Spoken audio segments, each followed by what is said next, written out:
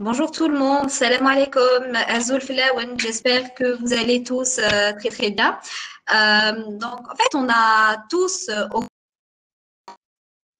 cours de nos études eu besoin en fait d'être coaché, d'être accompagné par une personne plus expérimentée que nous, qui a déjà justement eu à avoir nos fonctions. Donc, le rôle du coaching ou du mentorat est très, très important.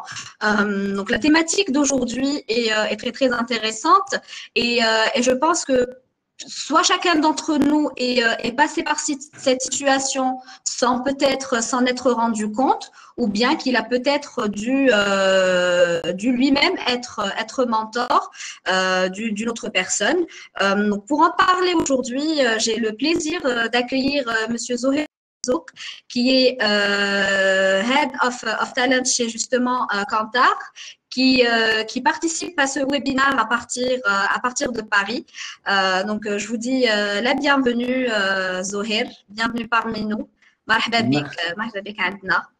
merci beaucoup de cette invitation et de cette opportunité qui m'est offerte pour partager donc avec tous ceux qui se connecteront via cette plateforme donc pratique et échanger sur ce sujet du mentoring. Effectivement, effectivement. Donc, justement, Zohir, on entend beaucoup parler de mentoring, de coaching, d'accompagnement.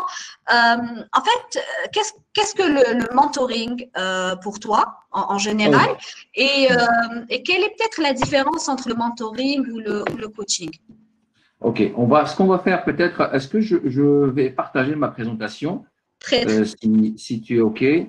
Je vais la partager et comme ça, je répondrai volontiers à cette première question. Alors, activer Très bien. l'écran. Donc, entre-temps, je tiens à inviter nos participants à préparer leurs questions, à préparer leurs remarques ou leurs commentaires. Donc, on va essayer au fur et à mesure de répondre à toutes les questions. Donc, suivant chaque partie de la présentation de Monsieur Omerzouk, et éventuellement, on se laissera un petit peu de temps à la fin de la présentation pour répondre à d'éventuelles questions. Est-ce que tu es d'accord, Zoher? Absolument, il n'y a pas de souci. J'ai fait un partage de l'intégralité de mon écran, mais ça mouline toujours. Est-ce que vous voyez quelque chose de votre côté? Non, moi de mon côté, je ne vois pas. Là, c'est Et bon. là, Là, là c'est là, ça bon? commence, ça mouline encore, mais je pense Est-ce que, que vous voyez je la pense que c'est bon. présentation? Euh, Là, moi, non, en fait, Ça, je vois un écran noir. d'accord. Je ne sais pas si nos participants peuvent nous confirmer s'ils sont en train de voir ta présentation. Ah, là, je suis en train de voir l'écran. Très bien. Là, je vois la présentation. Ok, très bien. Donc, on peut commencer. Donc, pour répondre à tes premières questions, Yasmine, je pense ce qu'il faut dire aussi euh, avant de rentrer dans le vif du sujet, c'est que pour revenir un peu à l'histoire et l'origine étymologique du mot mentor, on va faire un peu de mythologie grecque en fait, parce que mentor, c'est un personnage qui a existé c'était un des héros de l'Odyssée, Oui. et Mentor était l'ami d'Ulysse en fait, lorsqu'il a quitté son royaume pour aller à la guerre de Troie, en fait, il a confié à ce personnage qui s'appelle Mentor l'éducation de son fils Télémaque. Et c'est Mentor, hein, ce personnage de cette mythologie grecque, qui a aidé, accompagné, guidé Télémaque dans ses choix alors que son père était absent du royaume. Donc, et c'est lui qui, en définitive, poussa Télémaque à prendre un certain nombre de décisions stratégiques pour le royaume, comme celle d'aller chercher son père parce que le royaume était en risque. Alors, c'est juste pour donner un peu l'origine étymologique du concept, mais le mentor, en fait, c'est un concept qui désigne une personne qui est expérimentée dans un domaine et qui accompagne une autre personne à réfléchir, à décider et à agir. Alors, on va regarder ça dans le détail. Hein, donc, je vous propose de voir ensemble, évidemment, la définition du mentoring, quelle est, comme tu l'as suggéré, quelles sont les différences par rapport à d'autres formes d'accompagnement et de développement. Et puis, on va élargir l'analyse à quoi ça sert, en fait, d'avoir un mentor, dans quelle application nous pouvons avoir besoin d'un mentor, ou nous sommes volontaires à être comme mentor, à prodiguer nos conseils et nos perspectives et expériences personnelles. Donc, on va regarder dans le détail quelles sont les qualités d'un bon mentee. Quand on dit mentee, c'est celui qui est mentoré. Hein. Donc, le mentee, les qualités d'un bon mentee, quels sont les avantages du mentoring pour un mentee qui rechercherait un mentor, et puis quels sont les quelques tips, les clés de succès, en fait, du mentoring, de la perspective et de la position du mentee. Et puis, on verra pour le mentor aussi, quelles sont les qualités d'un bon mentor, les avantages pour lui d'être mentor, et puis les clés qui feront le succès de son accompagnement et sa transmission du savoir à son mentee. Donc, on verra aussi en termes de partage d'expérience et réseau, j'évoquerai quelques sujets autour de ce que j'ai pu vivre, moi personnellement, dans ma carrière, qui peut potentiellement intéresser nos participants. Et puis, comme tu l'as suggéré à la fin, on peut aussi ouvrir une session de questions-réponses si le temps nous le permet. Voilà un peu, je plante un peu le décor de ce qu'on va regarder ensemble aujourd'hui. Oui. Donc, alors, en fait, Zohel, il y a une petite question qui me taraude là tout de suite. En fait, est-ce que c'est en premier lieu, hein, pour établir une relation de mentoring, est-ce que généralement c'est le mentee qui se dirige vers le mentor, ou bien est-ce que c'est le mentor qui pourrait venir instinctivement vers le mentee? Alors, de façon générale, ça va dépendre des outils qui sont mis en place pour favoriser le mentoring, soit dans une entreprise ou à l'intérieur d'une entreprise ou à travers une plateforme, parce qu'aujourd'hui, il y a beaucoup de plateformes digitales qui proposent ces solutions. Généralement, l'élément fondamental, et nous allons y revenir un peu plus tard, c'est le matching entre le mentor et le mentee, c'est-à-dire trouver des atomes crochus dont le profil du mentor, quels sont dans son expérience les éléments qui peuvent susciter l'intérêt du mentee par rapport à ce qu'il recherche. Donc, je dirais que le point de départ, puisqu'il s'agit d'accompagner un mentee, c'est ça la raison d'être de l'accompagnement, on part du besoin du mentee. On part du besoin du mentee, mais dans les situations où on ouvre, dans des situations, dans des outils, dans les entreprises où on ouvre la possibilité au mentor de se proposer d'être volontaire dans une action ou un programme de mentoring, eh bien, les mentors peuvent dire « moi, je suis disponible pour accompagner sur tel ou tel sujet ». Très bien. OK ? Très, très bien. Merci, Zohel.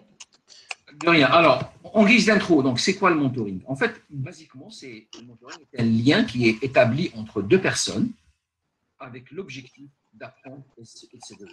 C'est ça la base. Le mentor est quelqu'un qui va accompagner, qui va guider, qui va donner du support et qui va conseiller quelqu'un, qui va lui amener des challenges, des défis ou des objectifs à atteindre.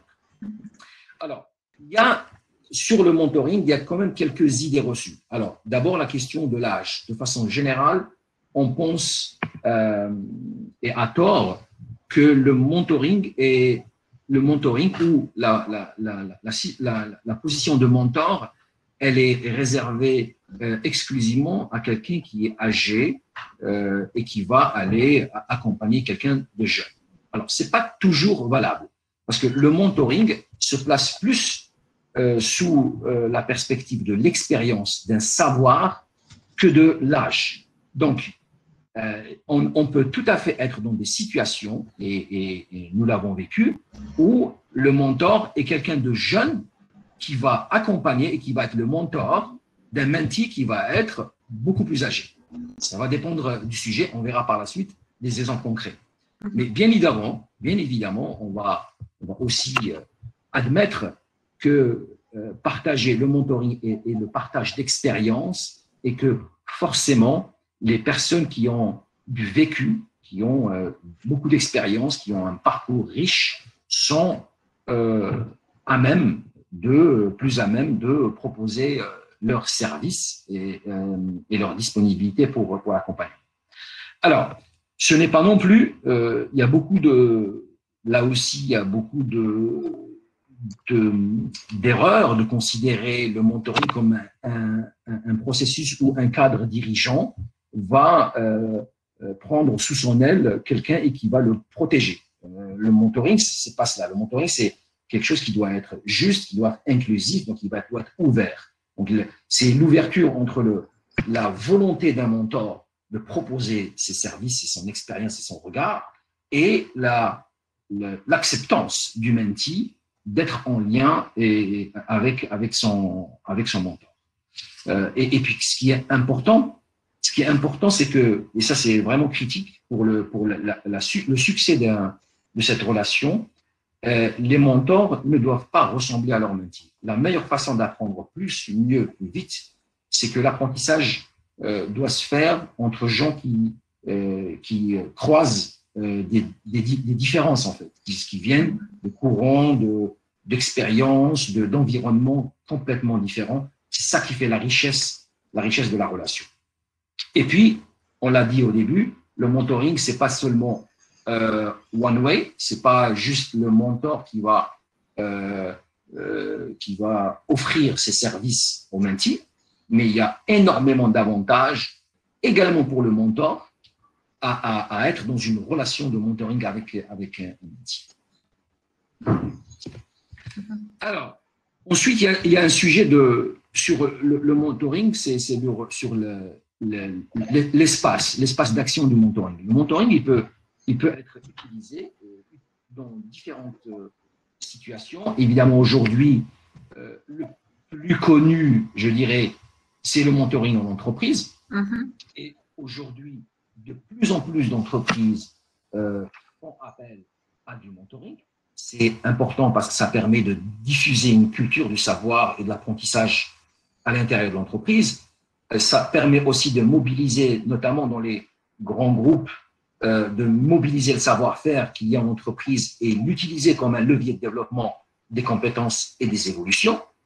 Il permet de créer les conditions pour faciliter le partage d'expériences et l'écoute, surtout dans les organisations. Donc, ça permet de créer, de renforcer les liens entre les collaborateurs, de mettre plus de cohésion dans les équipes, parce qu'il montre que les équipes et les managers de différents horizons sont en service de leurs collaborateurs, sont disposés à les aider. Et puis ça permet de casser les silos qui peuvent naître ou exister dans les entreprises.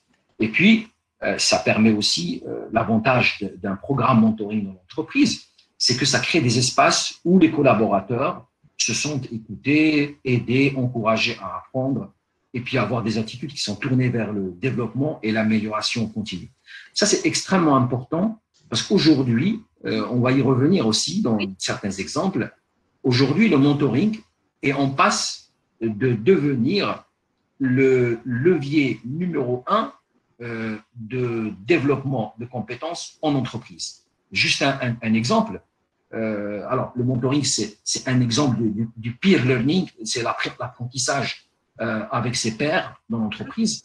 Aujourd'hui, une entreprise comme Google, 80% des formations chez Google sont réalisées en interne à travers du peer learning. Et des exemples comme ça, il y en a dans une multitude de groupes internationaux où il y a de plus en plus de programmes internes de mentoring. Alors, moi, je voulais rapidement, pour revenir à ta question, Yasmine, sur les différences entre les formes d'accompagnement. Tout à fait, oui. Donc, j'avais demandé la différence entre le mentoring et les autres formes d'accompagnement, comme le coaching ou autre forme d'accompagnement. Oui, c'est une excellente question, Yasmine, parce qu'aujourd'hui, on se rend compte qu'il y a beaucoup et partout, il y a beaucoup de confusion dans les concepts, dans la définition des concepts. Donc, c'est pour ça que c'est important de savoir ce que c'est que le coaching, le mentoring et du conseil ou la thérapie. Donc, on voit ici dans cette… On a aussi une question qui va dans ce sens de dire oui. Même la différence entre mentorer quelqu'un ou manager quelqu'un. Très bien. Alors, je vais répondre. Alors, je vais donner des explications sur cette matrice et ensuite je répondrai à cette question. Alors, il y a ici dans cette matrice qui a été proposée par quelqu'un qui s'appelle David Rock. C'est un expert en neurosciences et leadership. Il a mis pour un peu expliquer de façon simple la différence entre les différentes formes d'accompagnement. Donc, on a des accompagnements qui sont plutôt orientés vers la résolution de problèmes et la résolution de drames, on va utiliser le mot, et des leviers d'accompagnement qui sont plutôt orientés solutions. On voit bien que quand on est en situation où on a besoin de thérapie, on a un drame ou une problématique à résoudre, on va plutôt scruter le passé du patient. Parce qu'en thérapie, on est en relation patient. Donc, on va scruter son passé, on va explorer ce qu'il a vécu pour pouvoir résoudre un drame ou un problème. En consulting et en management, on est plutôt aussi dans la résolution de problèmes. On identifie le problème et puis on dit à la cible, au collaborateur, au demandeur, ce qu'il doit faire pour le résoudre et quand il doit le faire. Ça, on est dans la résolution de problèmes et de drames. Dans le coaching et le mentoring, comme on le voit ici, c'est assez proche de la formation et de l'enseignement. Dans le coaching et le mentoring, on est vers la recherche de solutions. Mais il y a une différence fondamentale à garder en tête, c'est que dans le coaching, la solution et l'action vient du coaché, ne vient pas du coach. Le coach, la principale arme ou outil du coach, c'est le questionnement. Donc, il va questionner le coaché sur ce qu'il veut réaliser et sur comment il va y arriver. Et puis, il va lui parler de ce qu'il a fait jusque-là pour pouvoir adresser sa problématique. Donc, il va, à travers le questionnement, pousser le coaché à aller au fond de lui pour aller chercher dans ses réserves, aller chercher des solutions qu'il peut tester pour trouver la solution. Alors que sur le mentoring, alors il y a évidemment quelques similitudes dans le confort et la confidentialité et le lien extrêmement étroit qui naît entre un mentor et un mentee, comme entre un coach et un coaché. Mais à la différence du coaching, le mentoring, c'est plutôt je vais partager avec toi, je suis ton mentor, je vais partager avec toi ce que je sais de ta problématique, comment cela a été réalisé pour moi, comment je l'aurais réalisé moi, qu'est-ce que j'ai vécu moi en tant que mentor, et on va aller puiser dans mon expérience des leviers, des pistes de solutions qui vont t'aider toi à identifier ta propre solution et action par rapport aux objectifs que tu t'es assignés à travers ce mentoring. Donc, la différence elle est sensible, mais elle est claire. Coaching, encore une fois, la solution vient exclusivement du coaché. Le coach ne partage pas son expérience personnelle. Oui. Le coach n'est pas un sachant.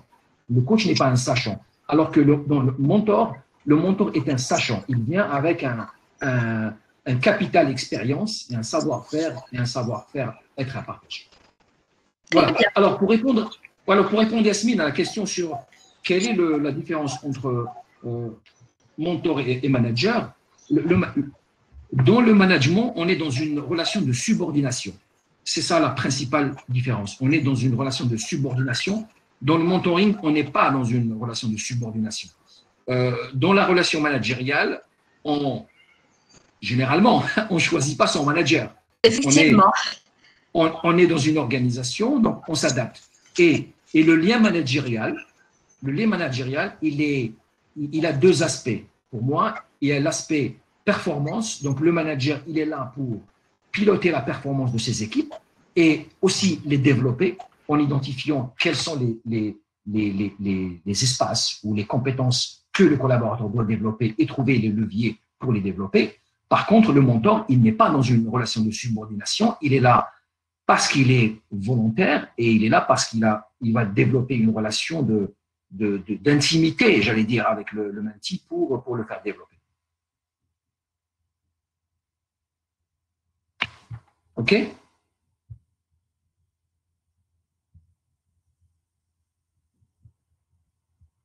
Allô? Est-ce que vous m'entendez? Allô?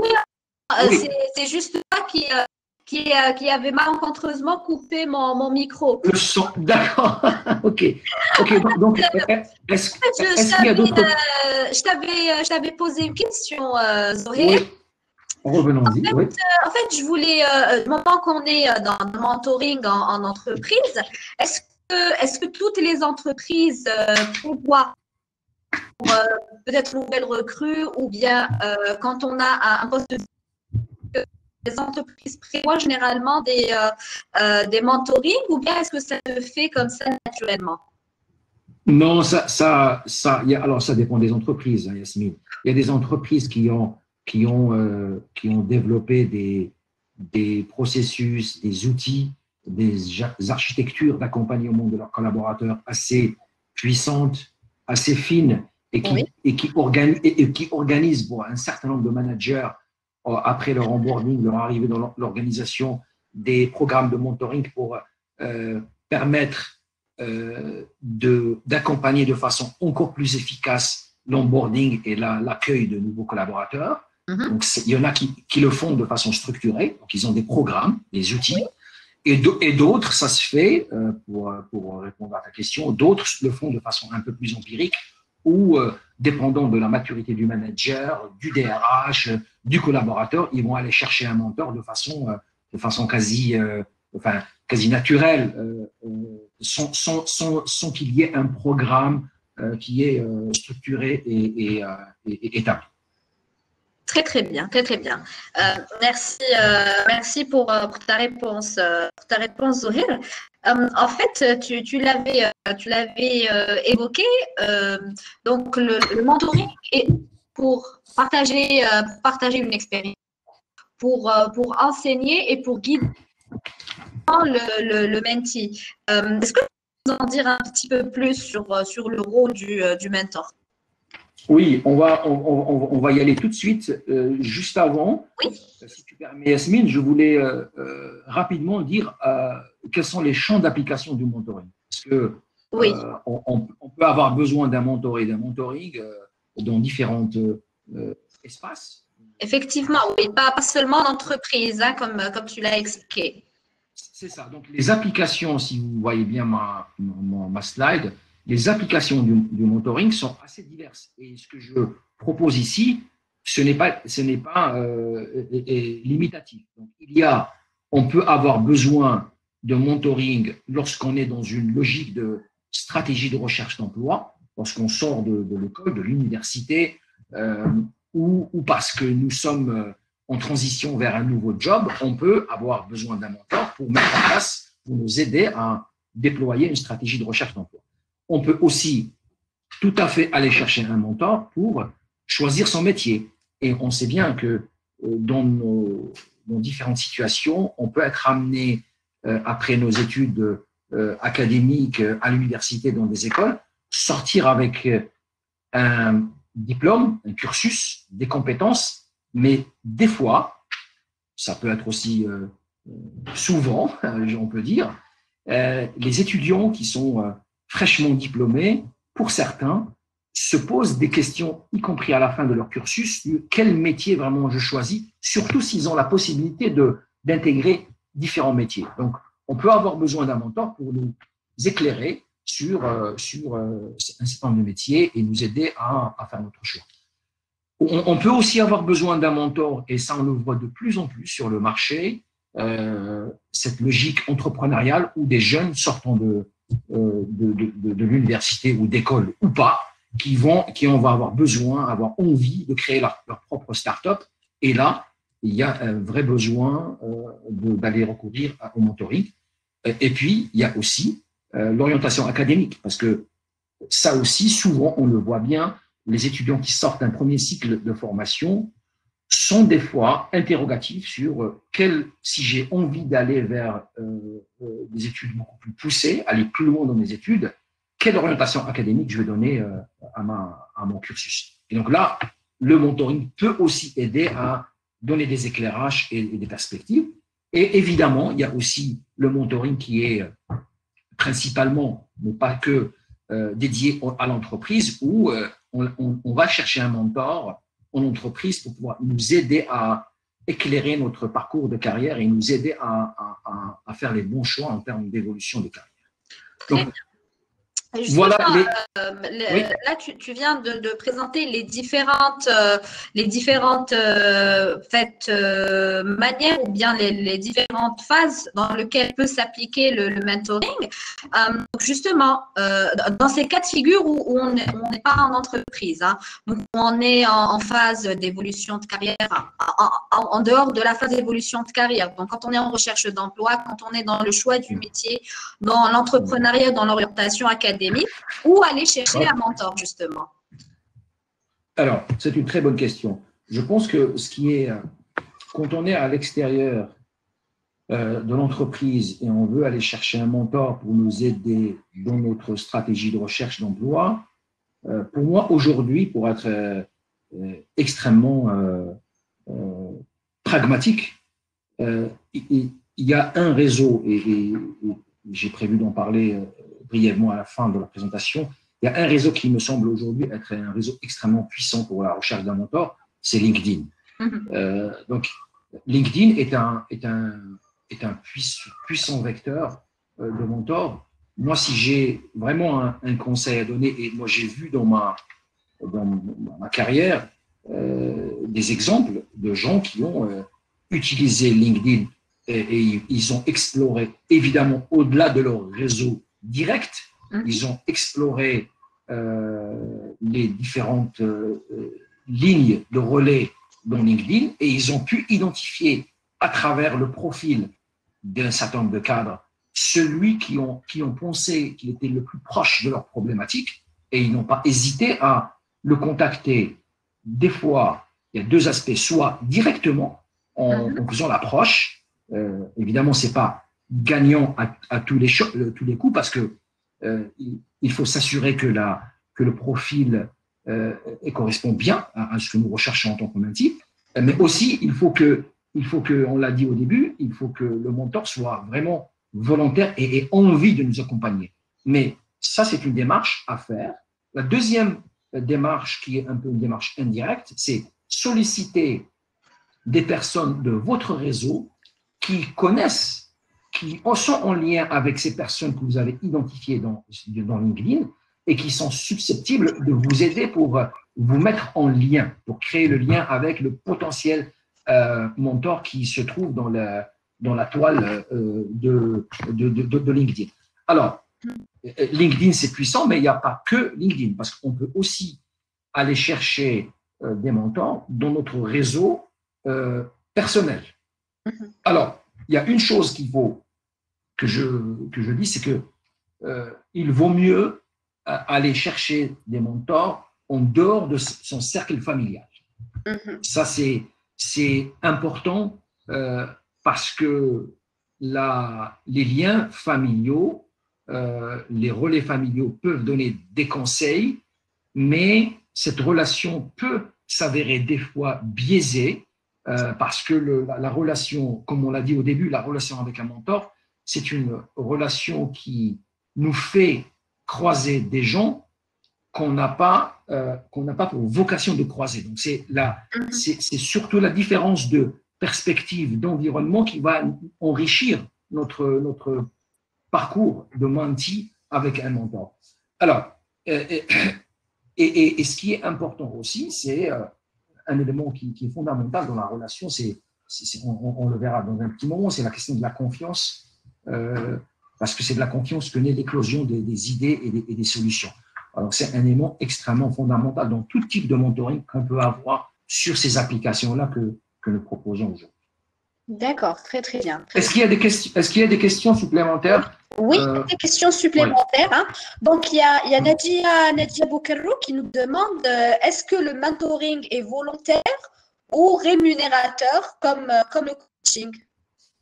Alors, très bonne question. Alors, moi, je vais partager avec vous mon expérience personnelle. Hein. Donc, il y a aujourd'hui, si vous allez chercher sur le marché, si vous allez dans Google simplement, vous allez trouver des plateformes qui font appel à du mentorat rémunéré.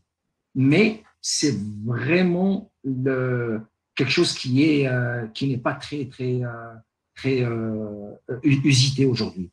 Le mentoring, par définition, il se base sur le volontariat. C'est des gens qui donnent de leur temps, qui sont volontaires pour le partage.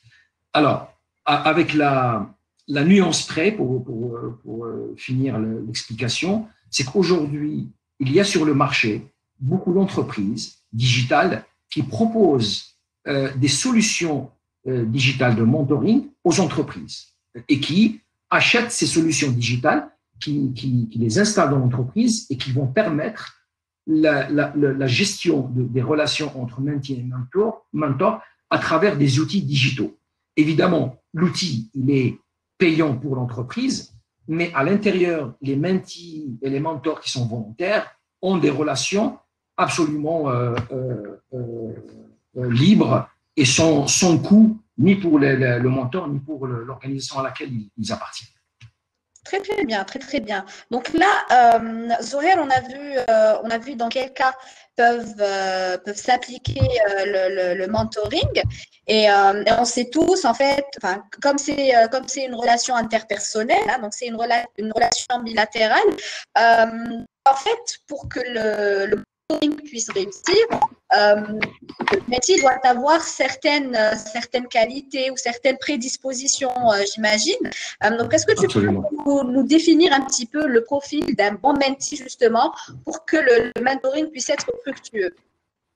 Absolument. C'est une très bonne question. Je pense que c'est important d'aller regarder un peu plus près tout ce qui tourne autour du profil du mentee et qu'est-ce qu'il doit s'assurer pour maximiser les chances de réussite d'une relation de mentoring. Et là, j'ajoute un point qui est important pour nos participants, c'est que quand on a identifié un mentor par rapport à son portefeuille de compétences qui sont a priori compatibles avec notre demande en mentee, il n'est pas sûr que la relation fonctionne. Donc, pour cela, ce que nous proposons, ce que nous faisons tout le temps, c'est qu'une fois qu'il y a un matching entre le mentor qui est volontaire et qui dispose des compétences et de l'expérience et du vécu utiles pour un mentee, il y a toujours ce qu'on appelle une réunion préliminaire, un meeting préliminaire, où on va faire connaissance entre le mentee et le mentor, parce que partager des expériences et un savoir peut ne pas fonctionner s'il n'y a pas de fit au niveau personnel. Si on n'est pas,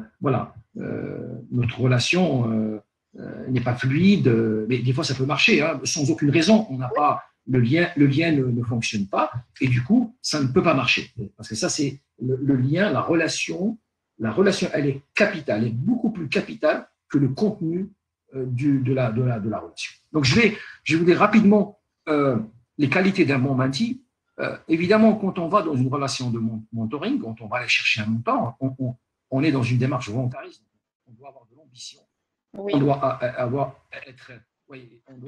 vouloir apprendre, avoir la soif d'apprendre, avoir de la conscience de soi. La conscience de soi, ça veut dire savoir qui on est, quelles sont nos forces, nos points d'amélioration, ce sur quoi on peut capitaliser dans la relation.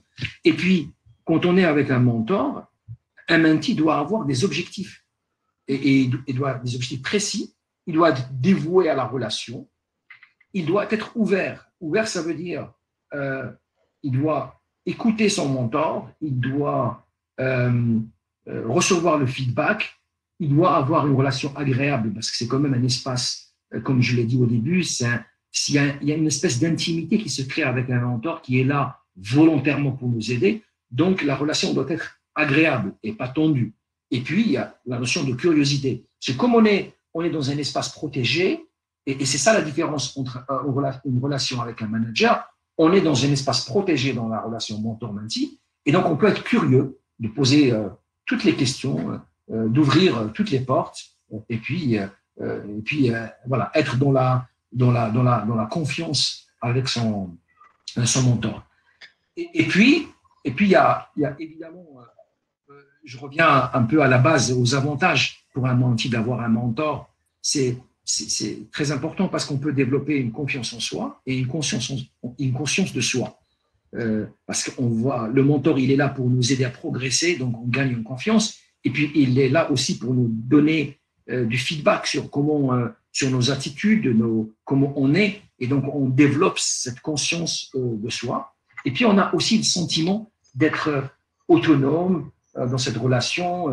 On va élargir son ambition parce que le mentor va nous pousser au-delà de nos murs, je dirais. Il va nous pousser à faire plus, à avancer. Et puis, on améliore nos compétences en communication. Parce que quand on est mentee, on va le voir dans un petit moment avec ce qu'il faut faire, c'est quand même une démarche assez structurée. Donc, on va améliorer nos façons de définir nos objectifs, de les communiquer, de les suivre, de recevoir du feedback de notre mentor. Donc, il y a plein de choses qu'on va apprendre de cette relation. Et puis évidemment, on va s'exposer à de nouvelles perspectives parce qu'on va rencontrer quelqu'un qu'on n'aurait pas pu croiser. C'est ça, en fait. Et puis, voir de nouvelles façons d'agir et de penser. Et puis, apprendre du mentor, expérience et leçons. Et puis dernier élément qui n'est pas à négliger, c'est on élargit notre propre réseau personnel. Parce qu'on va avoir plus de liens, de relations avec des gens qui viennent d'horizons différents. Effectivement. Donc, justement, Zohir, tu avais parlé un peu de matching entre le mentor et le mentee. Donc, en fait, comment savoir qu'on a affaire justement au bon mentor, si ce n'est ce feeling qu'on peut avoir avec ce mentor, mais comment savoir que ce mentor est celui peut-être qu'il nous faut et qui va nous apporter les éléments nécessaires à notre évolution? Alors, merci Yasmine, c'est une excellente question. Je pense que la première chose, avant d'aller à la rencontre, j'allais dire physique ou même digitale avec notre mentor, je pense que la première chose à faire, c'est d'être clair nous-mêmes en tant que mentee, et c'est ce qu'on a vu et on va continuer à voir, on soit clair sur notre demande. Il faut qu'on soit extrêmement clair sur notre demande. Qu'est-ce qu'on recherche? À partir de ce qu'on recherche, de nos objectifs, on va aller scruter le profil d'éventuels mentors avec S à la fin. Et ce qui va être très déterminant dans le choix, c'est de voir si le mentor que nous recherchons a eu une expérience, un parcours qui est en phase avec notre demande. Alors, je vais le dire en donnant un exemple assez pratique pour comprendre. Si je sors d'une école ou d'une université qui forme des managers en ressources humaines, si j'ai la passion de la fonction ressources humaines, si j'ai envie d'être DRH, ben forcément, je vais aller chercher dans mon réseau, quelle que soit la source du réseau, je vais aller chercher quelqu'un qui a eu un parcours intéressant, qui a un parcours passionnant, qui a réussi dans son parcours et qui a eu un parcours diversifié en tant que DRH. Et du coup, c'est la premier élément, c'est de se dire, ce DRH qui a fait des études similaires, mais qui a eu un parcours magnifique que je rêve d'avoir. Peut-être que ça vaut la peine d'avoir une première approche pour voir s'il est disposé, volontaire, et s'il est en capacité à m'accompagner dans ma réflexion vers quoi je veux aller, quel type de job dans les RH je vais aller, par exemple, parce que je vais aller choisir au démarrage un job RH dans l'univers du développement, de la formation, des relations sociales, un rôle un peu plus généraliste dans les systèmes de rémunération. Et donc, il va, par rapport à son vécu il va nous aider. Donc, le premier point, c'est de voir le lien entre notre spécialité, ce qu'on veut réaliser, et le parcours que nous voyons sur la carrière du mentor en question. Et ensuite, se posera la question de choses importantes, c'est est-ce que le mentor il est volontaire?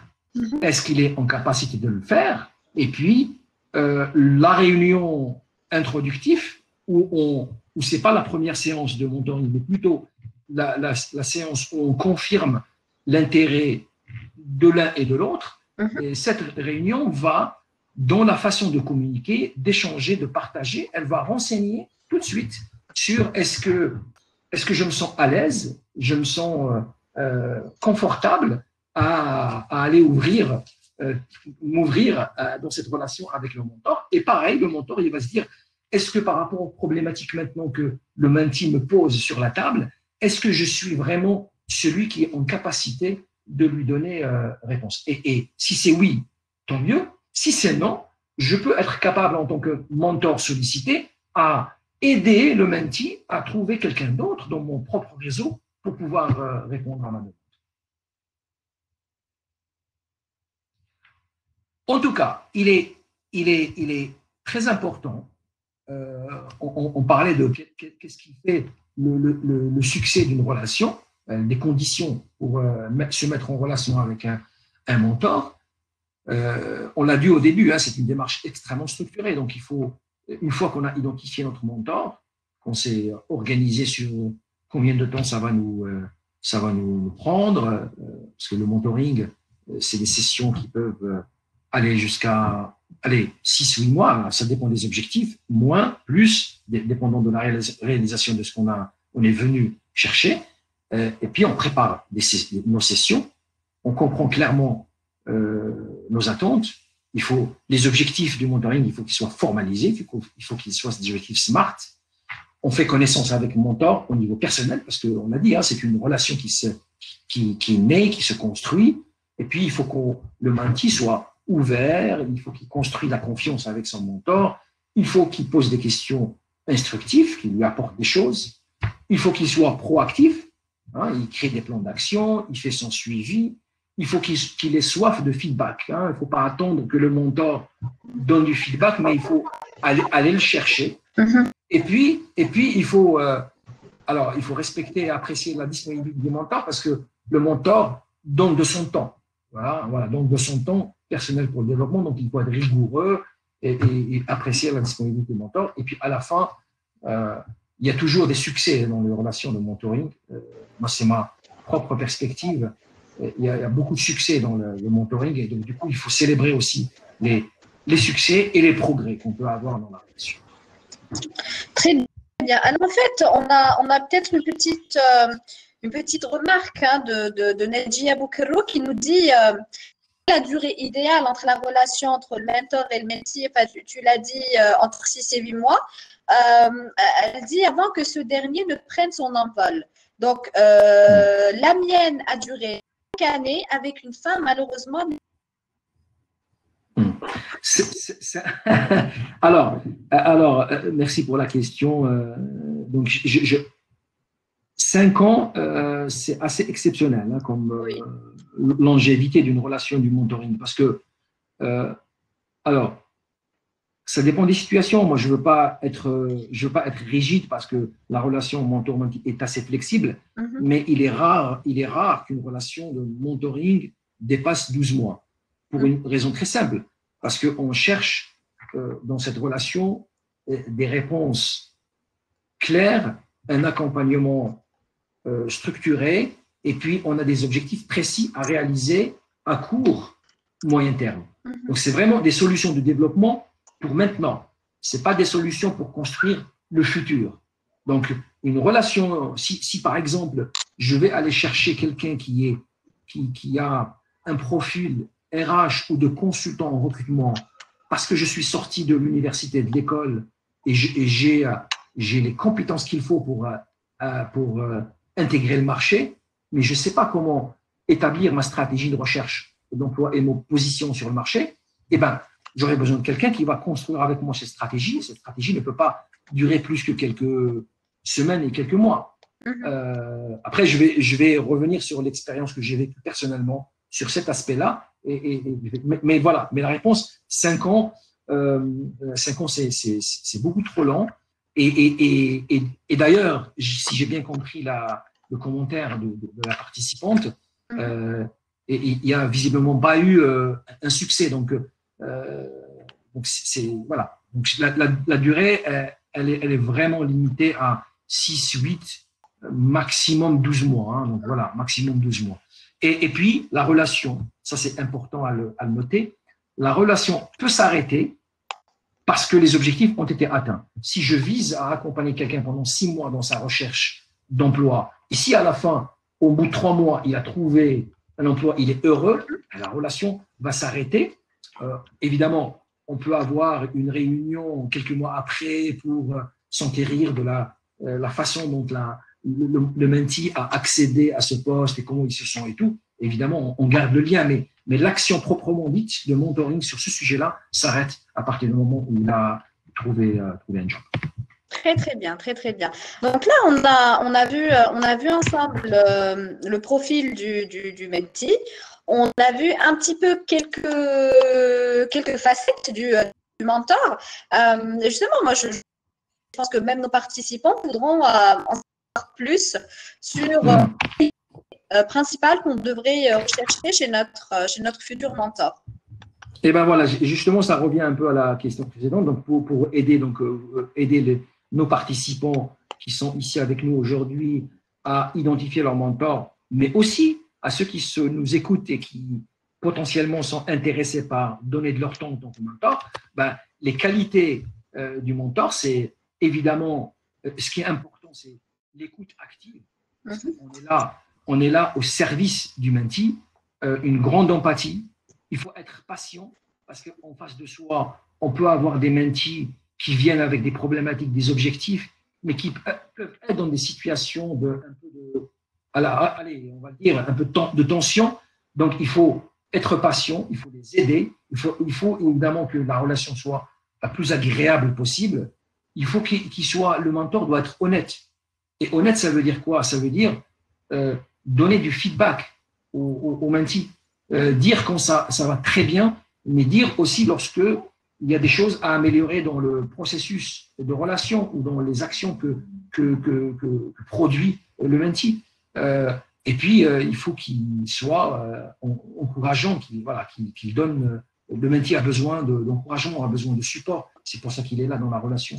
Et puis, un mentor a besoin de se connaître soi-même. Donc, la conscience de soi, elle est clé si on veut aider les autres à prendre conscience d'eux-mêmes. Voilà un peu on va dire c'est un standard hein, des qualités du bon mentor. Et donc, quand on est mentee, on doit évidemment être attentif à ces éléments. Et quand on est mentor, on doit aussi les faire avancer ces sujets dans la relation. Après, les clés de succès pour le mentor, le premier sujet, c'est pour ça qu'il est en top de la page, c'est la question de la confidentialité qui crée la confiance. Donc, la relation que je peux avoir en tant que mentor avec un mentee, la teneur de nos échanges, de nos discussions, le contenu est strictement confidentiel, oui. y compris quand on est dans une relation de mentor-mentoré dans l'entreprise. Moi, j'ai vécu des projets où l'entreprise, les managers sont tous vraiment supportifs de la démarche, mais on met en place relation mentor et mentee, mais les managers n'ont pas accès à la discussion entre le mentee et le mentor. Ça reste du domaine de la confidentialité et du privé. Exactement. Donc, il faut aussi l'écoute active, hein, on en a parlé, écouter attentivement les points de vue du mentee, Je pense que le plus gros peut-être danger dans la relation mentor-mentee, c'est que le mentor se laisse aller à proposer ses propres solutions tout de suite au mentee. Alors, faut pas l'oublier, faut pas le perdre de vue. Le mentor apporte ses perspectives. Il ne donne pas des solutions clés en main au mentee parce que les solutions pour le mentee doivent être adaptées aux besoins et aux objectifs que met en place le mentee. Donc, il faut vraiment qu'il explore les réflexions et les idées du mentee. Et puis ensuite, il peut évidemment, et c'est ça l'objectif, partager ses propres réflexions et perspectives à lui. Et puis, il faut qu'il puisse être en mesure, puisqu'on est dans une relation de confiance, challenger les hypothèses du mentee. Si le mentee vient avec des solutions, avec des plans d'action qui ne sont pas suffisamment ambitieux, par exemple, le mentor peut aussi dire au mentee d'aller revoir sa copie. Donc, c'est vraiment quelque chose qui est du domaine du possible. Et puis, la relation d'ouverture, il peut aussi, le mentor, et ça, ça peut être capital dans différentes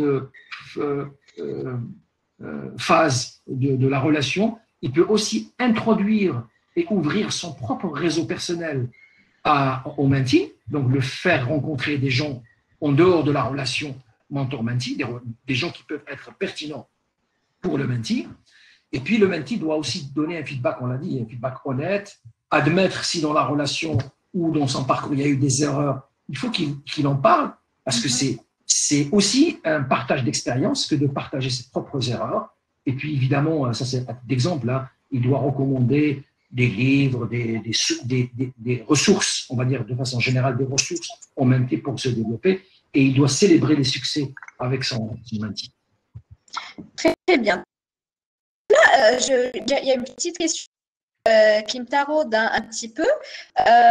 Tout le monde peut devenir mentor. Et qu'est-ce qui pourrait justement donner envie aux gens, aux participants principalement, de devenir mentor? Quels pourraient être les avantages justement d'être mentor? Et est-ce que tout le monde peut devenir mentor justement? Alors, je peux dire, alors je vais être un peu enthousiaste là et te dire que oui, tout le monde peut être mentor à la condition de détenir un savoir, quel que soit le savoir, et d'avoir la volonté de le partager. Ensuite, évidemment, on est dans la relation, on est dans la communication. Donc, on peut, dans certaines situations, être quelqu'un qui dispose d'un savoir, d'un parcours. On a la volonté pour le transférer, mais on a peut-être besoin de support en termes de communication. Et là, on a dans certains programmes de mentoring, on a aussi des solutions et des supports pour les mentors, pour les aider à maximiser le succès de leur relation avec les mentees. Mais à la base, c'est j'ai un savoir, j'ai envie de le partager, j'ai envie de faire réussir le mentee. Et si on a ces conditions réunies, la relation peut fonctionner. Voilà. Alors, évidemment, quel est l'avantage pour moi d'être un mentor? L'avantage, c'est de découvrir des personnes qui viennent d'horizons complètement différents de moi que j'aurais jamais pu croiser. Donc, je vais forcément apprendre des expériences du mentee. Donc, quelqu'un qui sort d'une université et qui vient me rencontrer alors qu'il vient d'une spécialité que j'ai jamais connue, je vais l'aider dans son développement, mais je vais apprendre des choses forcément. Et donc, je vais construire aussi ma réputation de leader. Parce que le leader, c'est un développeur. Et donc, développer des gens dans cette relation de mentorship, c'est aussi une façon de développer mon leadership. Et puis, on l'a dit, hein, je développe ma communication parce que je vais avoir à utiliser le questionnement, je vais avoir à donner du feedback et à le recevoir. Et ça, il y a des techniques, il y a un savoir. Je vais être amené à utiliser mon intelligence situationnelle et émotionnelle pour pouvoir traiter des problématiques qui peuvent naître de la relation avec le mentor. Donc, c'est vraiment quelque chose qu'il faut vraiment ici, sur lequel il faut insister.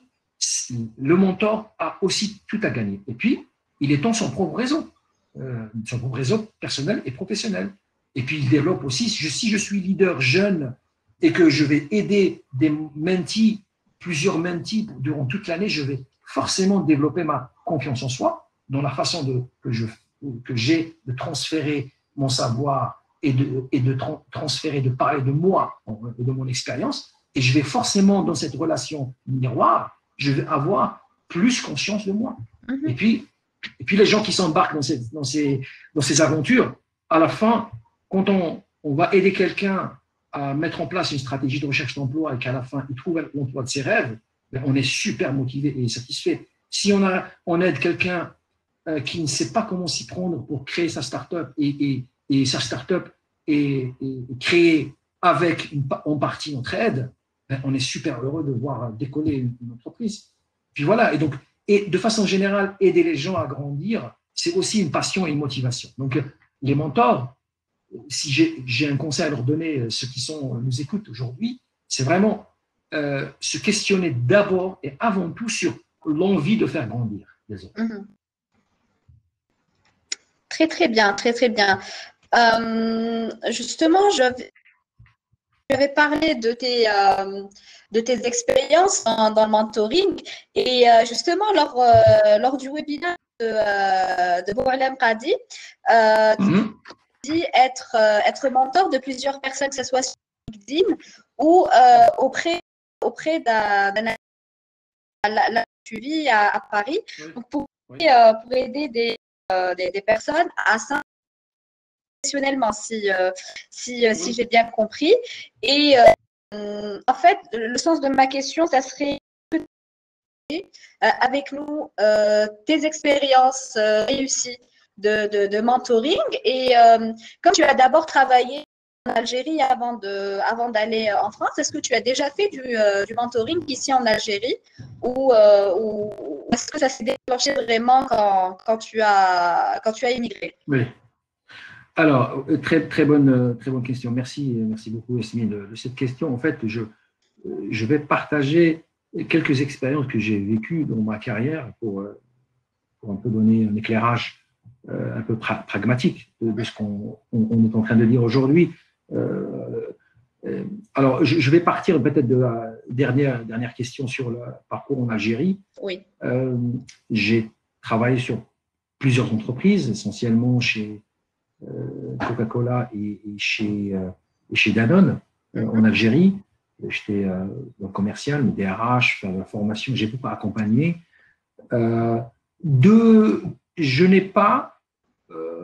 Je n'ai pas eu l'opportunité en Algérie de lancer un programme structuré de grande ampleur dans ces entreprises. En revanche, ce que j'ai pu faire, c'est de donner à chaque fois, et ça c'était valable dans les deux entreprises, donner à chaque fois à un collaborateur qui est identifié comme un talent dans l'entreprise, lui donner un mentor dans le groupe qui va lui permettre de faire du shadowing, c'est-à-dire un effet miroir pour l'aider à se questionner, à se développer, à aller de l'avant. Et ça, on l'a fait de façon plus récurrente, essentiellement avec les jeunes talents. Les jeunes talents, c'est-à-dire les jeunes qui ont été identifiés dans l'entreprise comme des gens capables, qui ont des potentiels, ils sont capables de prendre de la responsabilité dans l'entreprise, mais qui ont besoin d'accompagnement en dehors de leur lien hiérarchique. Donc, par exemple, on avait des jeunes marketeurs qui avaient les dents longues et qui ont montré capacité à grandir, et du coup, on leur a donné des mentors qui viennent d'horizons marketing différents du groupe Danone, qui n'étaient pas dans l'organisation, qui n'étaient pas en Algérie. Donc, ça donne une perspective beaucoup plus large, beaucoup plus importante aux jeunes. Donc, ça le motive, ça lui montre un peu des facettes nouvelles du métier. Et nous, ça nous permet aussi de confirmer le potentiel du jeune, mais aussi d'identifier encore mieux ses besoins en termes de développement pour gravir les échelons et être dans les plans de succession de nos cadres sup dans l'entreprise. Donc ça, c'est pour parler de l'expérience en Algérie. Alors, En France, j'ai eu plusieurs expériences autour du mentoring. Je voudrais parler de la première, c'était à Danone Research. Alors, j'ai eu l'opportunité d'être directeur du développement des ressources humaines du centre de recherche du groupe Danone en région parisienne. Et ça, c'était à partir de 2009. Et ce que j'ai fait, j'ai lancé chez Danone Research ce qu'on appelle un programme de reverse mentoring autour des médias sociaux.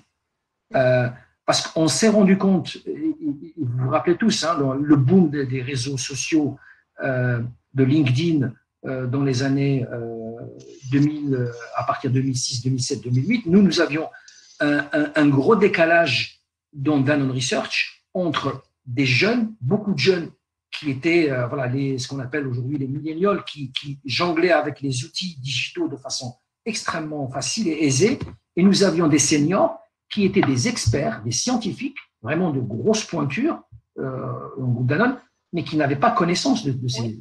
Et donc, du coup, on a monté ce qu'on appelle du reverse mentoring, c'est des jeunes qui mentoraient des plus seniors dans l'utilisation des outils sociaux, de LinkedIn, etc., de créer son profil.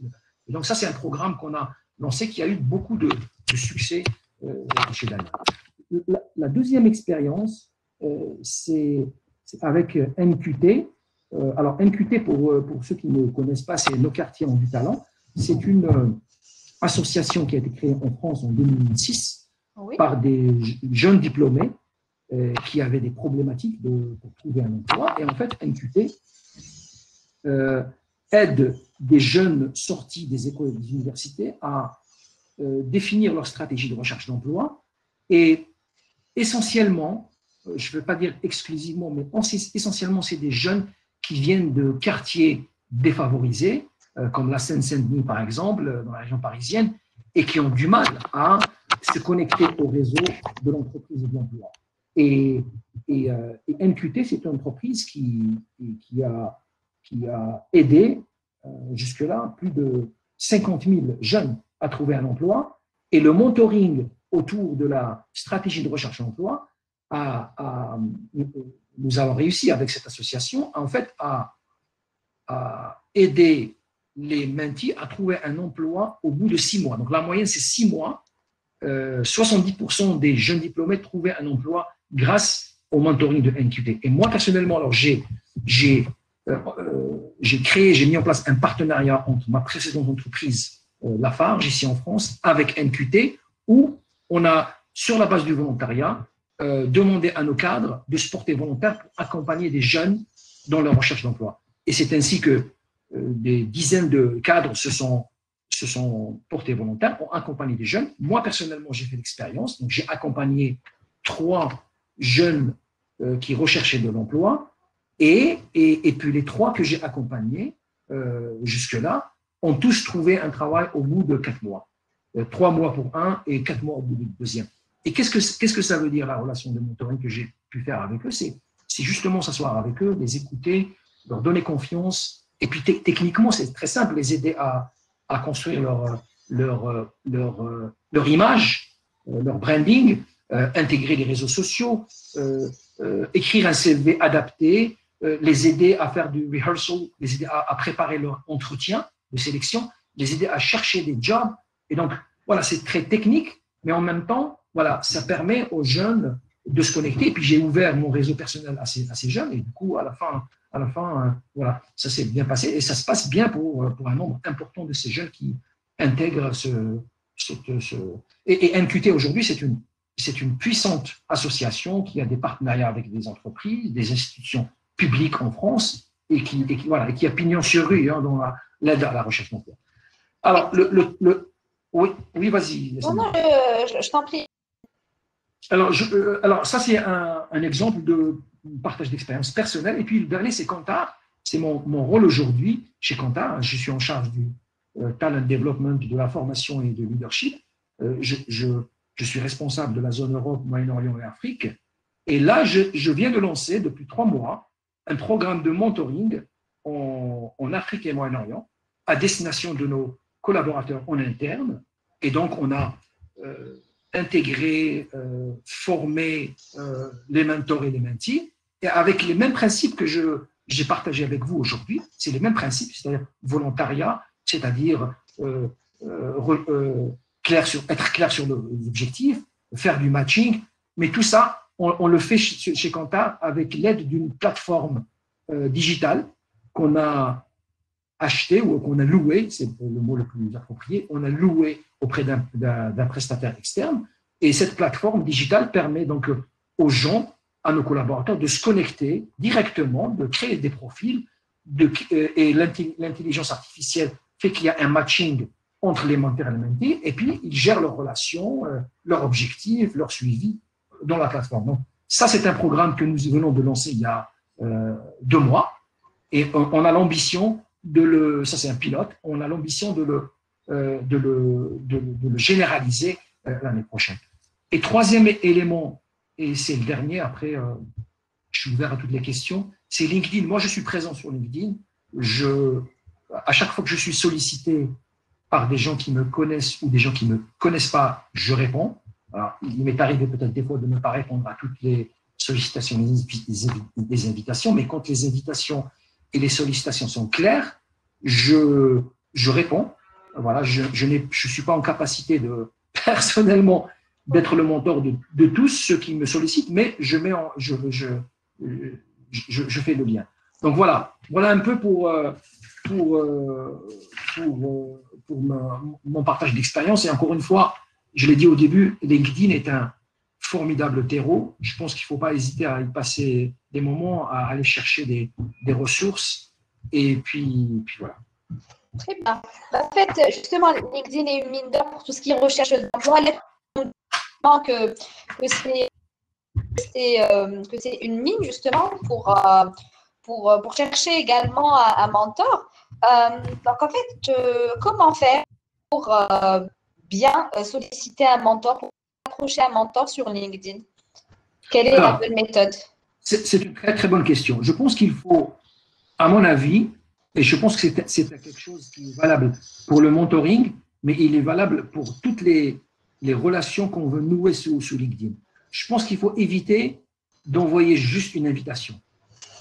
Justement, là, ce qu'on a, je vais te dire en fait mon ressenti de ce qui se passe généralement sur LinkedIn. Donc, on a tendance à ajouter des connexions avec la dite personne directement, sans déclarer son objectif. Deuxième des choses, on peut envoyer en message uniquement son CV. On peut ne pas être actif correctement sur ce réseau. Donc, ça peut nous faire perdre juste de réelles opportunités. Absolument. Je voudrais en fait ton avis sur la meilleure utilisation possible et la meilleure approche à travers ce réseau. Je pense que c'est important d'avoir, vous le savez bien, tout ça, tu as absolument raison, Yasmine. Je pense qu'on voit une invitation à une personne qu'on ne connaît pas sans avoir spécifié l'objet, sans avoir une communication préparée, structurée pour aller demander à quelqu'un de d'intégrer notre réseau. Je pense que ça marche pas très bien, je pense. Mais je pense que même au-delà de ça, même si on précise dans l'invitation, la nature de la demande, ce pourquoi on sollicite la personne, je pense qu'il y a un préalable. Et le préalable, c'est notre propre profil dans LinkedIn. Donc, il faut, parce que la personne que vous allez solliciter, et vous le savez tous, hein, je pense que vous êtes tous adeptes de LinkedIn, vous savez tous que généralement, quand on est sollicité, on va sur le profil de la personne pour voir qui nous demande d'être son ami. Et donc, du coup, la façon dont on se market, on se vend, on vend notre profil, entre guillemets, dans LinkedIn, est importante. Donc, il faut d'abord soigner son profil dans LinkedIn. Et soigner son profil dans LinkedIn, il y a évidemment des marches à suivre. Je ne vais pas vous dérouler ici. Les ressources sont disponibles sur Internet, mais c'est important d'avoir la bonne photo, d'avoir la bonne introduction, d'avoir le parcours bien détaillé, coloré, avoir des recommandations. Il faut que votre profil soit attractive parce que celui que vous sollicitez pour être votre contact dans LinkedIn, il doit aussi trouver un intérêt à intégrer votre réseau ou à vous compter parmi son réseau. Donc, je pense que le préalable, c'est le construire son profil et ensuite, deuxième étape, c'est expliquer, clarifier le besoin et dernier élément qui peut nous aider qui peut nous aider à identifier un mentor ou une relation dans LinkedIn, c'est des fois passer par une tierce connaissance. Donc, voilà. Moi, personnellement, j'ai déjà fait. Hein. Donc, au lieu de contacter directement une personne que j'ai ciblée, je vais aller demander à quelqu'un de mon réseau qui le connaît bien de faire le lien, de nous introduire. Donc, ça, c'est le troisième astuce qui peut maximiser nos chances d'établir la relation. Très, très bien. Merci beaucoup, Zohir. Là, ce que je te propose, c'est de répondre à quelques questions de nos participants. Avec plaisir. Voilà. Merci beaucoup. Alors, il y a Reda Chahib qui nous demande quelle est la meilleure formule de mentoring en entreprise pour un résultat de qualité en minimum de temps avec des cadres. Donc, il dit, est-ce que c'est avec des cadres experts en interne ou bien en interne ou bien en externe à l'organisation? Alors, les deux sont valables. Hein. Les deux sont valables. Ça va dépendre des objectifs que s'assigne l'entreprise pour son développement. Le mentoring, de façon générale, c'est un moyen d'apprentissage, hein, on l'a bien vu, d'apprendre, de se développer. Donc, en plus de ce que peut avoir l'entreprise comme solution interne, comme programme de formation et de développement interne, le mentoring vise à donner la possibilité à des personnes de se connecter à un réseau beaucoup plus dense en interne pour apprendre. Et donc, ça va dépendre des objectifs que peut s'assigner l'entreprise, parce que l'entreprise peut aussi décider de lancer un programme interne de mentoring qui vise une fonction ou des objectifs précis. Par exemple, elle peut décider dans l'environnement allez, on va prendre une entreprise industrielle, de la qualité. Et on peut lancer un programme de mentoring autour de l'amélioration de la qualité. Et du coup, on va dédier ce programme uniquement à la qualité. On peut aussi ouvrir le programme interne à des ressources externes lorsqu'on considère que ce qu'on recherche comme compétence ou comme perspective n'est pas disponible, en tout cas pas suffisamment disponible dans l'entreprise, et on va aller chercher à l'extérieur à la promouvoir et la développer. Très, très bien. Très, très bien. D'accord. Merci beaucoup, Zohir. Là, on a également une autre question de Reda Chahib qui nous dit est-ce que le mentoring devra précéder forcément une prise de fonction? Est-ce que oui, non, je pense que vraiment, hein, quand vous voyez bien, on a défini le mentoring comme une activité de volontariat, c'est extrêmement utile. Dans certaines situations, ça peut apporter une vraie valeur ajoutée, mais ce n'est pas un préalable à une prise de fonction. Après, c'est aux collaborateurs qui prennent cette fonction ou son responsable RH ou son manager qui vont peut-être décider de dire, voilà, le job est important, le rôle est crucial, le collaborateur, il est compétent, il est prêt à tenir le job, mais on veut maximiser ses chances de réussite, donc on va lui donner un mentor pendant 3 mois, les premiers 3 mois, et qui vont l'aider à se préparer à prendre cette nouvelle responsabilité, au cas où l'évolution se fait en interne. Hein. On est dans une prise de fonction de quelqu'un qui évolue en interne. On peut tout à fait faire ça, donc en anticipation, on va préparer le collaborateur à prendre de nouvelles fonctions qui sont peut-être beaucoup plus importantes, plus challenging. Très, très bien. D'accord, d'accord. Ben, écoute, Zohir, là, pour le moment, on n'a plus de questions. D'accord. Donc, je te remercie infiniment, Zohir, pour ta généreuse contribution, pour ton partage d'expérience et surtout pour tes conseils. Je remercie également nos participants de nous avoir bien suivis justement lors de ce webinaire.